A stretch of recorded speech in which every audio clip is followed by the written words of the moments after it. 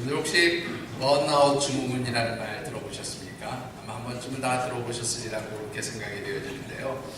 이 번아웃 증후군이라는 것은 신체적으로 정신적으로 모든 에너지가 완전히 다 소모되어져서 무기력증에 빠지거나 자기 혐오증에 빠지거나 또 혹은 우울증에 빠져서 자기에게 주어진 일로부터 도피하려고 하는 그런 현상들을 나타내는 일종의 심리학적 용어입니다. 작년 한 방송사가 우리나라 사람들이 얼마나 피곤하게 살고 있는가 하는 것을 추적 조사를 했어요. 그래서 그 조사한 결과를 60분 동안 이제 방송을 통해서 발표를 했는데요. 이 방송의 내용을 보니까 대한민국 사람의 85%가 다 번아웃 증후군에 빠져 있다, 그렇게 얘기를 합니다.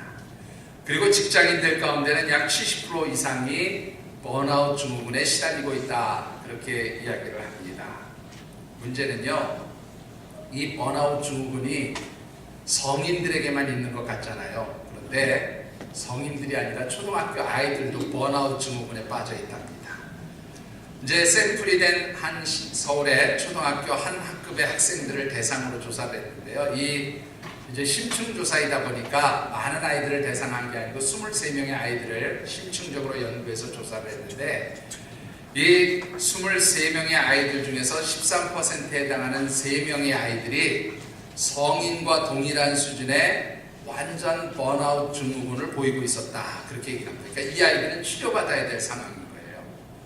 그런가 하면 23명의 아이들 중에서 60%에 해당하는 14명의 아이들이 직장생활 16년 한 샐러리맨들이 느끼는 그 스트레스하고 똑같은 스트레스를 느끼고 있답니다. 그러니까 요즘에는 우리 애들도 참 피곤하고 힘들게 산다, 뭐 그런 얘기가 되어질 거라고 생각을 합니다. 우리나라 사람들의 평균 직장에서 일하는 시간 수가 여러분들 얼마쯤 되는 줄 아십니까? 이 조사에 따르면 10시간 55분 일한대요. 여러분들 중에서 10시간 55분 일 안 하시는 분들은 참 감사하고 행복해 하셔야 되는 줄 압니다. 자, 그런가 하면 평균 수면 시간은 3시간에서 4시간, 행복지수는 100점 만점에 59점으로 전 세계 143개국 중에 118위에 해당하는, 그야말로 우리나라 사람들이 되게 힘들고 어렵고 고단하게 산다, 그렇게 이야기를 할 수가 있습니다. 문제는 이런 힘들고 고단해서 생겨지는 여러 가지 스트레스, 또 여러 가지 고통, 아픔, 이런 것들을 풀 수 있는 방법도 없고, 또 그것을 풀 수 있는 시간도 없고, 더 큰 문제는 그것을 풀 수 있는 장소도 없다. 그것이 한국사의 문제라고 이 방송사에서 발표를 했습니다. 그러면서 내린 결론이 뭐냐면, 한국 사회는 번아웃 증후군에 빠져 있는 나라이다, 그렇게 이야기를 합니다. 여러분들은 어떻습니까? 여러분들은 이 번아웃 증후군에 빠져 계시지 않습니까? 그래도 여러분들은 하나님의 백성들이어서 하나님 앞에 나올 때마다 새로운 힘과 능력을 공급받으시고, 또 그래서 이 세상에서 힘있게 살아가시는 줄 믿습니다. 그런데 정말로 많은 사람들이 이 번아웃 증후군에 빠져서 어찌할 바를 알지 못하고 있다는 사실입니다. 여러분들 일주일밖에 안 됐는데 지난 9월 달에 혹시 묵상했던 말씀의 주제는 기억하시는지요? 예, 제가 한번 오늘 떼어드릴 테니까 여러분들이 한번 달아보시겠습니까? 댓글을. 자, 제가 오늘 떼겠습니다. 넛지 전도자 예, 이제 답안지가 없으니까 다 보시죠. 영혼의 행복한 선택을 돕는 사람들이었습니다. 자, 다시 한번 해보실까요? 넛지 전도자. 예, 우리가 넛지 전도자로서 우리의 삶을 통해서 사람들에게 소망을 주고 감동을 주고, 또 우리의 삶의 향기를 풍겨내고 우리를 통해서 복음의 편지가 되어서 이 세상 사람들에게 감동을 줄 때에 그들이 스스로 예수 그리스도에 대한 갈망을 가지고 이제 복음이 증거되어지고 영혼 구원의 사명을 감당하게 되어질 것이라고 말씀을 드렸습니다.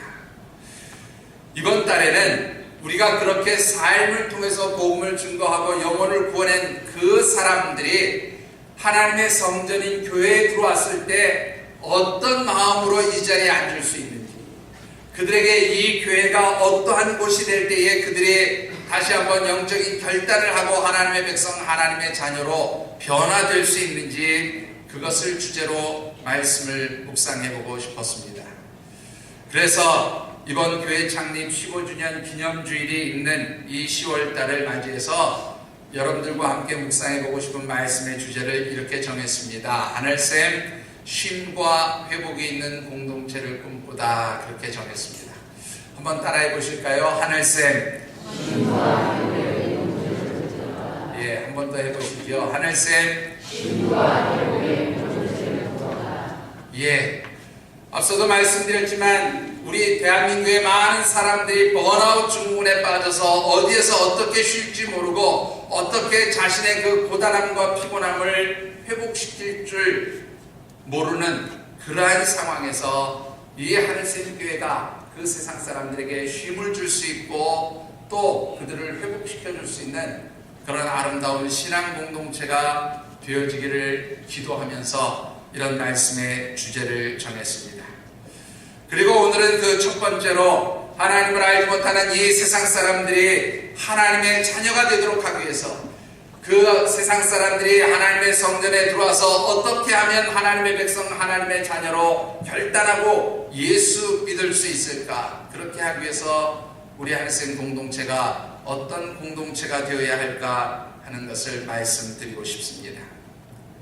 오늘 우리에게 주신 하나님의 말씀은 여러분들이 너무나 잘 아시는 다윗이 장인이었던 사울에게 죽임을 당할 위기에서 이제 간신히 탈출을 하고 그래서 사무엘 선지자를 찾아간 내용을 기록한 말씀입니다.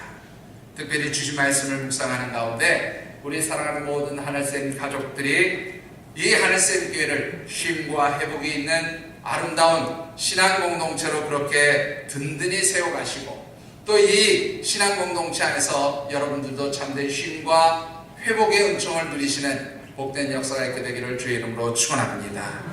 자, 오늘 주신 말씀을 통해서 우리가 함께 묵상해 보고 싶은 것은 우리 하늘샘 교회가 이 세상 사람들에게 어떤 자리, 어떤 공동체가 되어야 할까라고 하는 것입니다.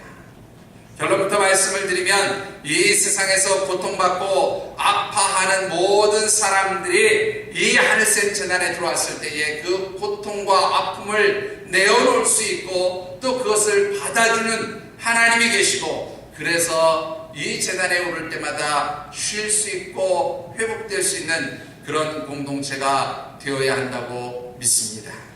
본문 18절의 말씀을 우리 같이 한번 받들어 읽겠습니다.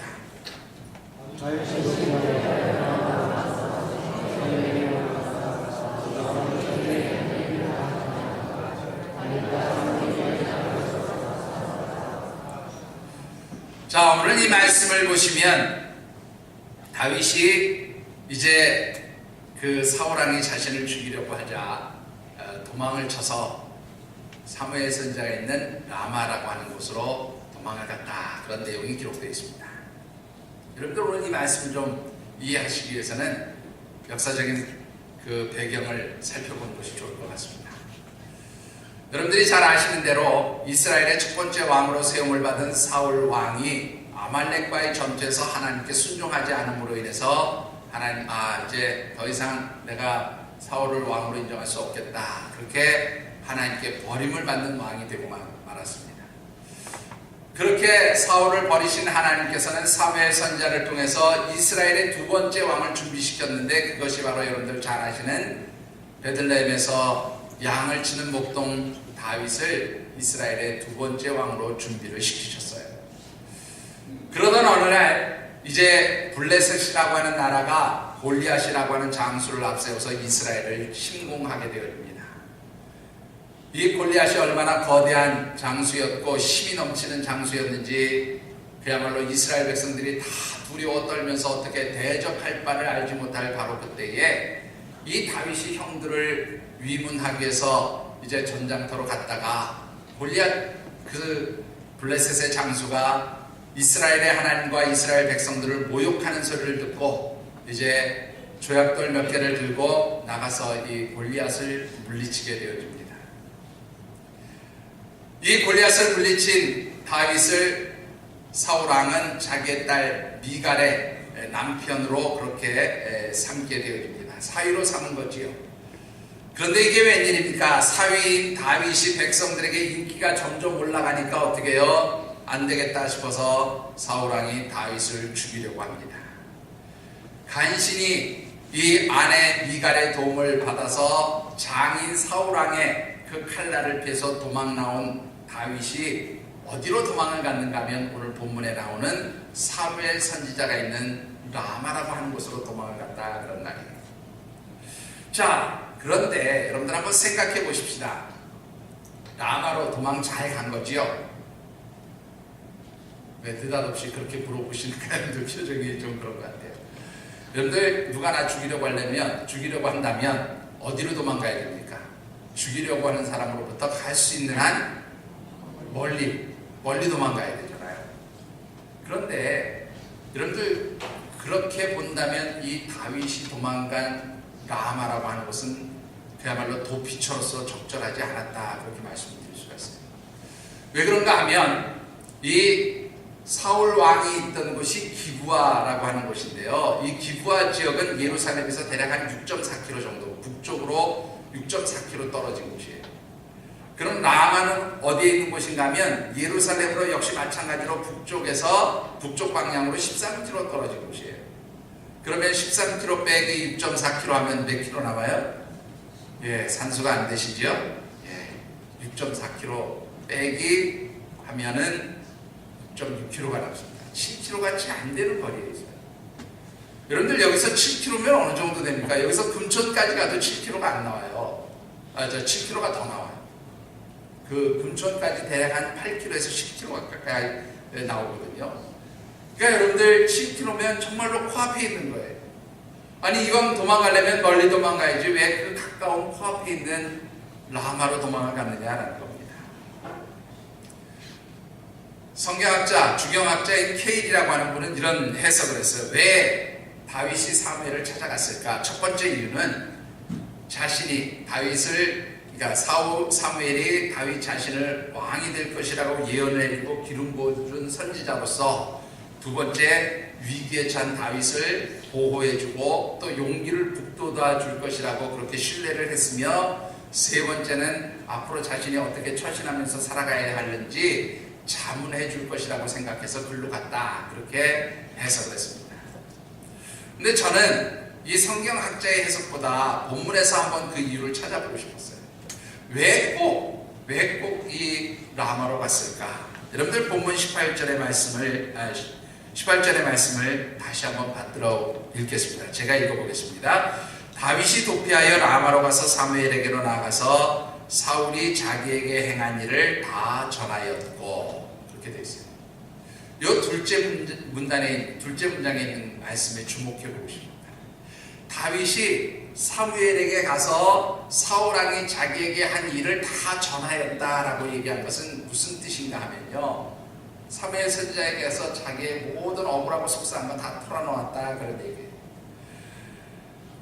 제가 이스라엘을 위해서 블레셋의 장수 골리앗을 죽이고 또 나라를 위해서 내가 이렇게 희생했는데요, 사울왕이 나를 사위로 삼더니만은 아들처럼 여겨주기는커녕 오히려 나를 죽이려고 했습니다. 나를 정말로 살해하려고 군사들을 보내고 암살하려고 했습니다. 정말로 속상합니다. 원통합니다. 너무나 힘들고 어렵습니다. 아마 이 다윗은 사울왕 때문에 고단하고 지쳐 있었던 자신의 모든 삶의 형편들을 사무엘 선지자에게 쏟아놓기 위해서 아마 사무엘 선지자를 찾아간 것으로 그렇게 보여집니다. 여러분들, 그렇다면 이 사무엘 선지자는 다윗이 하는 얘기 다 듣고 뭐라 그랬어요? 야, 정신 차려. 지금 빨리 도망가야지. 무슨 그런 얘기 하고 있으면 정신이 어딨냐? 여러분들 그랬을까요?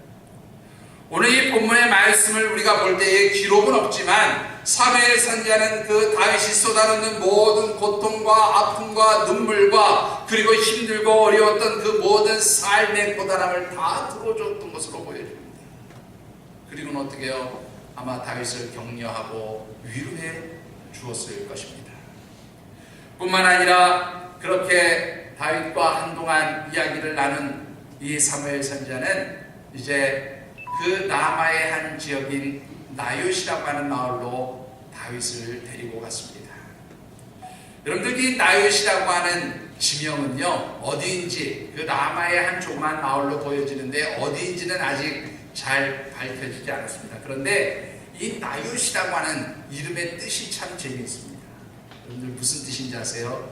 쉼이라고 하는 뜻을 가지고 있어요.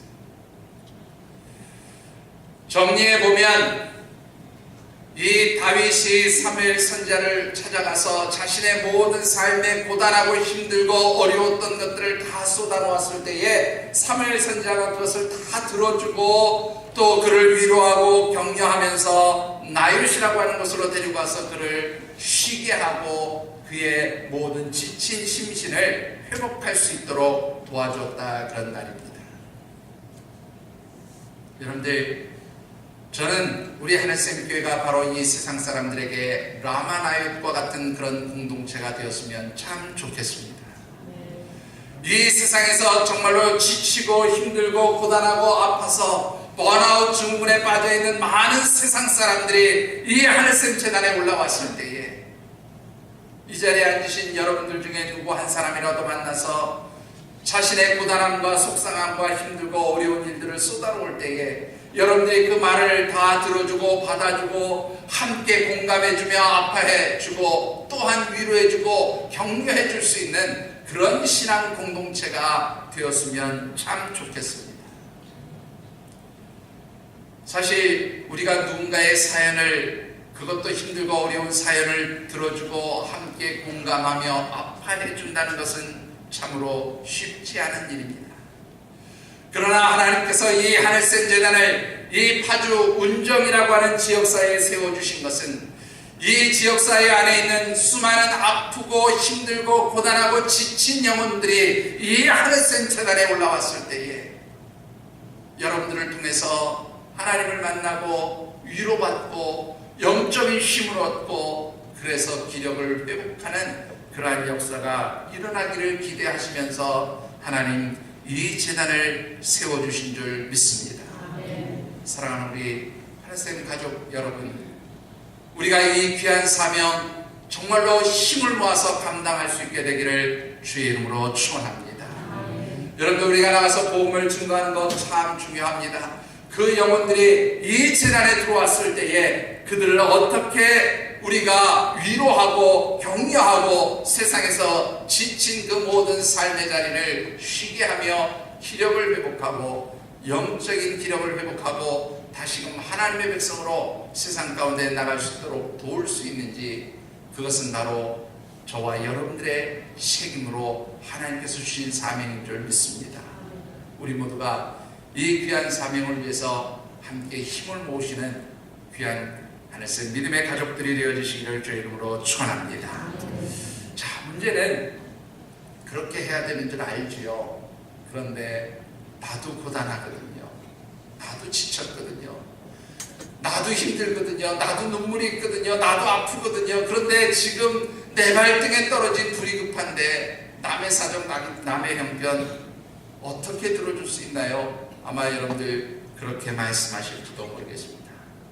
어떻게 하면 우리가 그렇게 이웃의 아픔과 그리고 그들의 눈물과 상황들을 들어주고 함께 공감하며 아파해 줄 수 있을까요?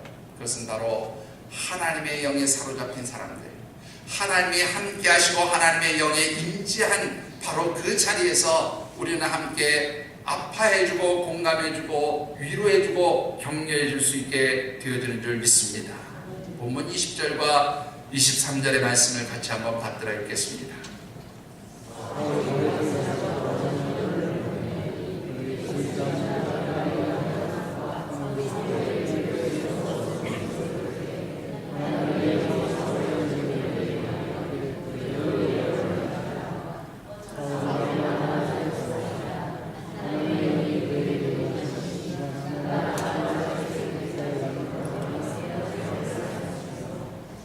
여러분들 오늘 이 20절과 23절의 말씀을 보면요, 사울과 그가 보낸 군사들이 라마나요세만 들어오면 어떻게 해요? 하나님의 영이 그들에게 임재하시는 것을 보여요.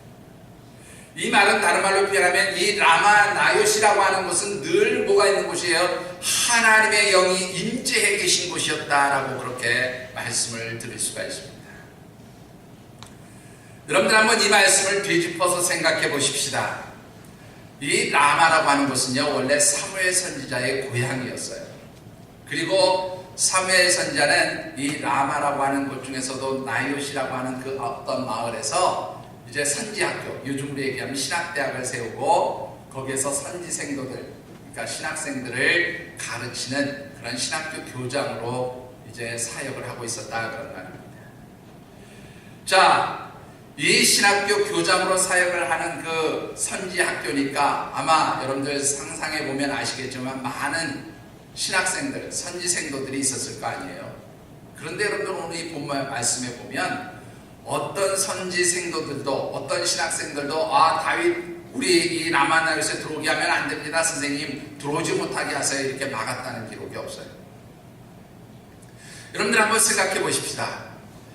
만일 이 사울 왕이 죽이려고 하는 다윗을 숨겨주거나 받아주었다는 소식이 사울 왕의 귀에 들어가게 되면 이 라마나요스의 신학생 공동체, 이 라마나요 사무엘이 학교 교장으로 있는, 신학교 교장으로 있는 이것도 위기와 어려움이 당할 수 있는 그런 상황입니다. 여러분들 실제로 사무엘상 21장과 22장의 말씀을 보면 이 라마나요스에 다윗이 숨어있다는 소식을 듣고 사울이 쫓아오니까 다윗이 또 도망을 갑니다. 어디로 도망가요? 이 라마나요스를 다시 탈출해서 이번에는 노비라고 하는 그러한 땅으로 갑니다. 그 노베는 제사장들이 머무는 성이 있었어요. 여러분들 이 제사장들이 머물러 있는 이 노비라고 하는 성으로 가서 이제 거기에 그 최고 제사장인 아히멜렉의 도움을 받게 되거든요. 그런데 나중에 사울이 그 말을 듣고는 어떻게 합니까? 이 노베 가서요, 아히멜렉을 비롯한 모든 제사장 85명을 다 죽여버리고요, 그 가족들 심지어는 어린아이와 젖먹이 아이들까지 죽여버렸어요. 짐승들까지 다 죽여버렸어요. 이유는 딱 한 가지예요. 다윗을 숨겨줬다는 것 때문에. 여러분들 그렇게 본다면 이 라마나요도 다윗을 숨겨주거나 함께 있으면 분명히 어떤 생명의 위협을 당할 수 있는 그러한 상황이었다라고 하는 겁니다. 그럼에도 불구하고 이렇게 다윗을 숨겨주고 도와줄 수 있었던 이유가 무엇일까요? 그것은 바로 하나님의 영이 함께 하셨기 때문인 줄 믿습니다. 우리의 힘으로는 힘들고 어려움을 당한 사람들 도와줄 수 없습니다. 나도 힘든데, 나도 고통스러운데, 나도 어려운데 내가 어떻게 다른 힘들고 어려운 사람을 도와줄 수 있을까? 고단한 사람을 어떻게 내가 위로해 줄 수 있을까? 그렇게 우리는 분명히 말할 수밖에 없습니다. 그러나 하나님의 영의 임재하심 가운데 있는 사람, 하나님의 영이 도와주시고 하나님의 영이 함께 하시는 바로 그 사람들은 내가 아무리 힘들고 어려울지라도, 내가 아무리 고통스러울지라도 정말로 하나님께 대한 갈급함을 가지고 하나님 전에 오른 이 세상 사람들에게 위로를 주고 소망을 주고 그들의 고단함을 보듬어 줄 수 있게 되는 그러한 능력의 삶을 살 수 있게 되어지는 줄 믿습니다. 여러분들 하나님의 영이 함께 하실 때에 어떤 힘들고 어려운 것도 우리는 품을 수 있는 능력자가 되어지는 줄 믿습니다. 여러분들 신약성경에 있는 예수님의 말씀도 한번 생각해 보십시다. 마태복음 11장 28절의 말씀은 여러분들이 너무나 잘 아는 말씀입니다. 이 마태복음 11장 28절 여러분들이 어떻게 외우십니까? 예수님이 일일이 팔 벌려 모든 사람을 초청하는 초청장이라고 보통 그렇게 외웁니다. 여러분들 잘 아시는 대로 수고하고 무거운 짐진 자들아 다 내게로 오라, 내가 너희를 쉬게 하리라는 말씀이에요. 그런데 여기서 예수님이 쉬게 하리라고 하는 이 말씀을 헬라어 원문 성경에 보면 뭐라고 되어 있는가 하면요, 아나파우소라고 하는 단어를 쓰고 있어요. 근데 이 단어가 참 재밌어요. 아나파우소라고 하는 이 단어는 뭐냐면 충분히 휴식을 취하게 해주다 그런 뜻이에요. 그런데 그것만 있는 게 아니라 또 하나 뜻이 있어요. 기력을 회복하게 해주다. 우리가 예수 그리스도 안에 있으면, 예수님께서 우리와 함께 하시면 우리는 정말로 영적인 쉼을 얻을 수 있을 뿐만 아니라 우리가 이 세상을 이겨나갈 수 있는 그러한 힘, 기력을 회복할 수 있게 되어지는 줄 믿습니다.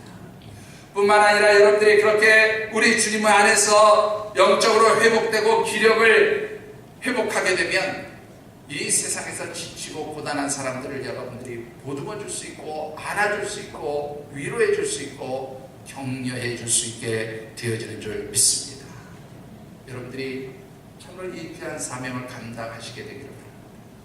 문제는 어떻게 해야 하나님의 영이 우리와 함께 하시겠냐? 오늘 본문 말씀에는 하나님의 영이 어떻게 임재하였는지 기록되어 있지 않아요. 그런데 우리가 이 문맥 사이에 숨겨진 내용들을 한번 상상해서 살펴보면 여러분들 짐작해 볼 수 있는 게 있습니다. 이 라마나요스는 어떤 곳이에요? 신학교가 있는 곳이잖아요. 아마 신학생들이 있는 그곳이었으니까 뜨거운 하나님 앞에 드려지는 기도가 있었으리라고 그렇게 생각합니다. 하나님과 기도하는 바로 그 자리에 하나님의 영이 임재해 계시지 않았겠냐라는 것. 구체적으로 사도행전 1장의 말씀을 한번 생각해 보십시다. 예수님께서 십자가에 못 박히시고 부활하신 뒤에 40일을 세상에 계시다가 이제 승천하시면서 제자들에게 부탁하신 말씀이 뭐예요? 너희들이 이 예루살렘을 떠나지 말라고 말씀하십니다. 예수님의 말씀대로 이 제자들과 그리고 120명의 성도들이 마가의 다락방에 모여서 한 일이 무엇입니까? 여러분들 전념해서 하나님 앞에 기도하는 일이었어요. 합심해서 하나님 앞에 기도할 때에 여러분들이 잘 아시는 대로 성령 하나님의 임재하심의 역사가 나타나게 되었다, 그런 말입니다. 여러분들 오늘 이 하늘센재단이 하나님의 영의 임재가 있고 이 하나님의 영의 임재하심을 통해서 세상 사람들에게 정말로 쉼의 자리가 되어지고 영적으로 회복시켜주고 이 세상 사람들에게 위로와 소망이 될 수 있는 그런 신앙 공동체가 되기 원한다면 먼저 여러분들이 하나님 앞에 이 재단을 위하여 그리고 여러분들 자신을 위하여 기도하는 성도들이 되어주시기를 주의 이름으로 축원합니다. 우리가 기도하지 않으면 하나님의 영이 임재할 수 없습니다. 여러분들이 기도하지 않으면 이 하늘센재단에 하나님의 영이 임재하시지 않는다. 여러분들 만약 이 하늘센재단에 하나님의 영이 임재해 계시지 않는다면, 여러분들의 삶의 자리에 하나님이 함께 임재해 계시지 않는다면 어떤 모습이 될까요? 이 세상에 그토록 많은 그러한 교회들, 세워졌다가 흔적도 없이 사라진 그 어떤 교회들처럼 그렇게 아무것도 아닌 그런 곳이 되어질 뿐이라 하는 것입니다. 여러분들 미래학자 존 나이스미트라고 하는 분이 있습니다. 이 존 나이스미트라는 분과 그리고 패트리셔 에버든이라고 하는 분이 1997년 2월 달에 메가트렌드 2000이라고 하는 미래 예측 그 서적을 공동 집필했어요. 이 책에 보면 앞으로 2000년대, 그러니까 1997년도에 이제 한 3년을 내다보며 쓴 거죠. 2000년도가 되면 이 세상은 정보 지식화 사회가 될 것이다. 무슨 말인가 하면 정보와 지식을 가장 많이 가지고 있는 사람이 성공하는 사회가 될 것이다. 그렇게 예측을 했어요. 그로부터 약 한 10년 지난 2006년 2월 달에 이 존 나이스미트와 함께 공동 집필을 했던 패트리셔 에버든이 메가트렌드 2010이라고 하는 책을 새로 썼어요. 근데 이 책에서 불과 10년 만에 예측을 바꿨습니다. 뭐라고 바꿨냐면 정보와 지식을 많이 가진 사람이 성공하는 것이 아니라 앞으로 미래 세계에는 영성이 있는 사람이 성공할 것이다. 그렇게 얘기했어요. 기업도 영성이 있어야 성공할 것이다. 그렇게 얘기했습니다. 물론 이 사람들이 얘기하는 것은 우리가 얘기하는 영성하고는 좀 다릅니다. 우리가 얘기하는 영성은 하나님이 함께 하시는 것을 의미하겠지만 이 사람들은 어떤 마인드 스피리추얼이 있어야, 어떤 기업의 정신이 있어야 성공할 수 있다. 영적인 생각을 가지고 자신이 어떤 그런 마인드를 가지고 살아야 성공할 수 있다. 뭐 이런 표현으로 쓴 것입니다. 아무튼 중요한 것은 이 세상도 영적인 것을 중요하게 여기는데 하물며 하나님의 백성, 하나님의 자녀된 성도 여러분들이 하나님의 영이 함께 하신 것을 소중히 여기지 않는다면 여러분들은 과연 어떤 자리에 머물러 있겠느냐라는 겁니다. 하나님의 영이 임재 계셔야 할 이 성전 안에 하나님의 영이 함께 계시지 않는다면 이 제단이 이 세상 가운데서 무슨 의미가 있겠느냐 하는 것입니다. 여러분들이 하나님의 영에 사로잡힌 성도가 되어지고 하나님의 자녀가 되어지고 이 하늘샘 제단이 하나님의 임재하신 가운데 있는 그런 제단이 되기 위해서는 먼저 여러분들이 기도하는 성도들이 되어주시기를 주의 이름으로 축원합니다. 우리가 함께 기도할 때 하나님의 영이 우리 가운데 임재하시고 또 이 성전에 하나님의 영이 함께 하시고 그리할 때 이 세상에 지치고 고단하고 여러 가지로 번아웃된 사람들이 이 제단에 올라왔을 때 우리들이 하나님의 영의 힘으로 하나님의 도우심으로 그들을 보듬고 위로하고 힘을 주고 격려하고 또한 하나님의 자녀들로 변화시켜 줄 수 있게 되는 줄 믿습니다. 이 귀한 일들을 위해서 여러분들이 먼저 하늘에 씨앗이 되는 마음으로 기도하시게 되기를 주의 이름으로 축원합니다. 우리가 기도할 때에 하나님의 영이 함께 하시고 또한 하나님의 영이 함께 하심으로 말미암아 이 신앙 공동체가 쉼과 회복의 공동체가 되어진다면 어떤 역사가 나타나겠습니까? 여러분들 23절과 24절의 말씀을 같이 한번 받들어 읽겠습니다.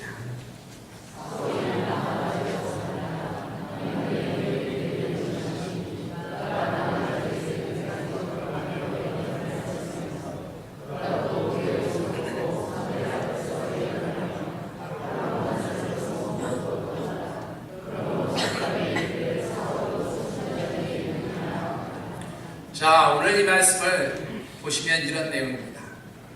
라마나요새 다윗이 도망갔다, 거기 가서 숨어있다, 그런 얘기를 들은 사울왕이 여기 전령이라고 그랬지만 실제로 군사들을 보냅니다. 체포조를 보낸 거예요.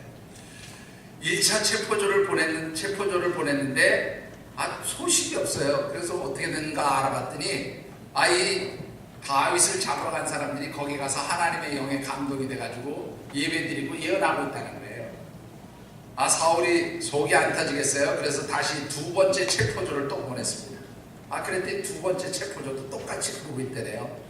또 열받았어요. 세 번째 체포조를 또 보냈습니다. 역시 마찬가지입니다. 참다 못한 이 사울이 안 되겠다, 내가 직접 가야 되겠다, 그리고 직접 쫓아왔다는 내용이에요. 그런데 여러분들 여기 보시면 이 세구라는 곳에 이 사울이 왔을 때 이 세구는 지금으로 말하면 라마의 외곽지역입니다. 그 라마의 외곽지역에 온 사울이 세구에 도착하자마자 어떻게 해요? 그 라마의 중심지까지 가는 동안에 예언을 하면서 갔다는 거예요. 왜? 하나님의 영이 임재해서. 그리고 거기서 결국은 사무엘 선지자를 만났는데 지금 사울왕의 목적은 뭐예요? 다윗을 잡는 거잖아요. 그런데 다윗 잡는 건 다 잊어버리고 뭐 하고 있어요? 이 사무엘 선지자 앞에서 옷을 다 벗고 예언하고 있었다, 그렇게 얘기합니다. 그런데 하나님의 영에 사로잡히니까 이 사울도 예언자처럼 바뀌었다는 거예요. 그러니까 오늘 이 재밌는 표현이, 사울왕도 선지자 중에 하나냐? 그렇게 이스라엘 사람들이 속담을 말할 정도로 그렇게 아주 재미있는 일들이 일어나게 된 겁니다. 여러분들, 하나님의 영이 함께 하시고 어떤 이 세상 사람들도 이 재단에 들어오게 될 때 하나님의 자녀로 변화되게 되어지는 줄 믿습니다. 우리가 복음을 전하고 그들을 하나님 재단으로 이끌어오는 것도 중요하지만 그들이 하나님의 자녀로 그렇게 변화되고 결단할 수 있도록 만들어주는 것은 바로 하나님의 역사하심이 있지 않고서는 불가능하다, 그런 말입니다. 그들이 하나님의 영에 사로잡힐 수 있도록 여러분들이 함께 기도해 주시고 또 이 하늘샘 재단이 그런 하나님의 영으로 가득 찬 재단이 될 수 있도록, 그래서 이 재단이 참으로 영혼의 쉼과 영혼의 회복의 역사가 일어나고 하나님의 자녀들이 그렇게 세워지는 아름다운 재단으로 그렇게 세워질 수 있도록 우리 모든 성도들이 함께 힘을 모으며 기도하셔야 하는 줄 믿습니다. 차범근 감독의 간증 하나로 오늘의 말씀을 맺고 싶습니다. 여러분들 잘 아시는 이 차범근 감독이요, 한참 축구선수로 그렇게 운동을 할 때 바꾼 성경 구절이 하나 있대요. 그 간증을 하면서 그 얘기를 한번 들은 적이 있는데요. 좀 여러분들이 들으실 때는 그게 왜 그의 삶을 바꿨을까라고 생각할 정도의 좀 뭐라 그럴까요? 의외의 성경 구절입니다. 출애굽기 35장 30절과 31절의 말씀인데요. 이 말씀은 그런 말씀이에요. 이 이스라엘 백성들이 광야에서 이제 애굽을 나와서 가나안 땅을 향하는 중에 하나님께서 성막을 짓도록 만드시잖아요. 그래서 이제 모세를 통해서 성막을 어떻게 지으라 그렇게 말씀하셨는데, 그때 이 성막을 지을 기술자인 부사레를 하나님 세우셨어요. 근데 이제 말씀을 보면 이렇게 기록하고 있습니다. 주께서 유다 지파 사람 볼의 손자이며 우리의 아들인 부사레를 지명하셔서 부르시고 그에게 하나님의 영을 가득하게 하시고 지혜와 총명과 지식과 온갖 기술을 갖추게 하셨다. 그런 내용의 말씀입니다. 근데 차범근 감독이 이 말씀을 읽다가요, 하나님의 영으로 가득하게 되니까 뭐예요? 모든 기술에 뛰어나게 됐다. 이 말에 감동을 받아요. 나는 축구 선수인데 축구 기술이 뛰어나야 되잖아요. 그러니까 어떻게 해요? 하나님의 영이 함께 하시면 내가 축구도 잘할 수 있게 되는구나. 이렇게 깨달았다는 거예요. 그래서 이 차범근 감독은 자신의 운동선수로서 힘들 때마다 뭐예요? 하나님의 영을 나에게 보여주세요. 그렇게 기도했고 그것이 오늘날 자신을 만들었다. 그렇게 고백하고 있습니다. 여러분들은 어떻습니까? 오늘 이 하늘샘 재단이 하나님의 영으로 가득 채워진 그러한 정말로 살아있는 재단이 되어지기를 주의 이름으로 축원합니다. 여러분들의 삶의 자리가 하나님의 영에 사로잡혀진 그러한 영적인 삶이 되어지기를 바랍니다. 그리할 때에 내 삶에 고단하고 힘든 것은 당연히 이겨낼 수 있을 뿐만 아니라 이 세상에서 영적으로 지치고 힘들고 고단해서 정말로 힘들어하며 번아웃되어 있는 그 많은 세상 사람들에게 여러분들이 위로가 되고 힘이 되고 격려가 되고 그들에게 아름다운 영적인 쉼을 줄 수 있는 하나님의 백성들이 되어지는 줄 믿습니다. 이 귀한 일들을 위해서 우리가 함께 기도하며 하나님의 영에 사로잡혀 있는 하나님의 백성들 또한 하나님의 성전이 되어지기를 주의 이름으로 축원합니다. 기도하겠습니다.